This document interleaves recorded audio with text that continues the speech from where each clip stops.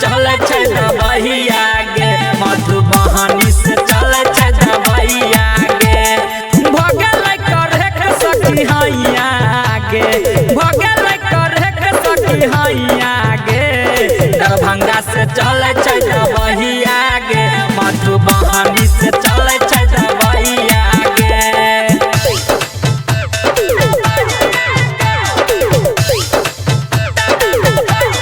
आप सुन रहे हैं सिंगर अजय अकेला को।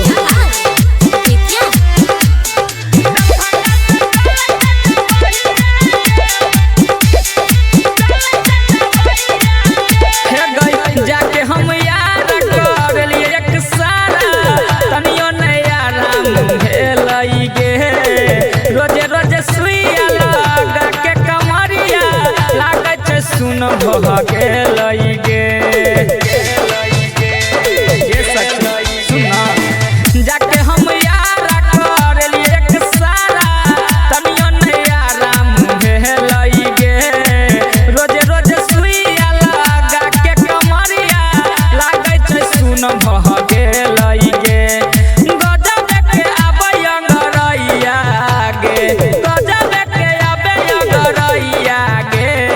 दरभंगा से चले छै दबैया गे मधुबनी से चले छै दबैया गे मारल के हमारा सैया गे दरभंगा से चले छै दबैया गे मधुबनी से चले छै दबैया गे।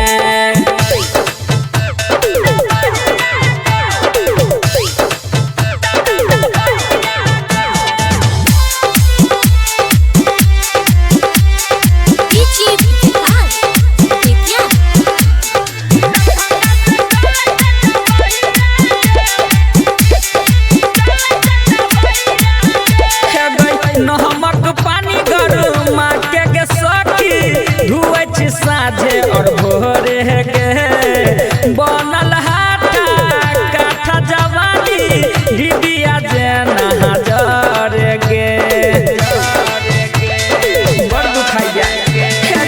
नमक पानी गरमा के सखी धुए छी साँझे और भोरे गे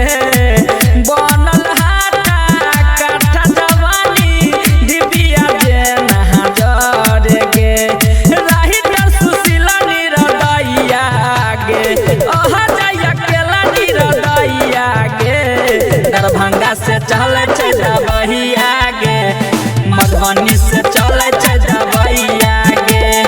मारल के हमारा सैया गे दरभंगा से चले छै दबैया।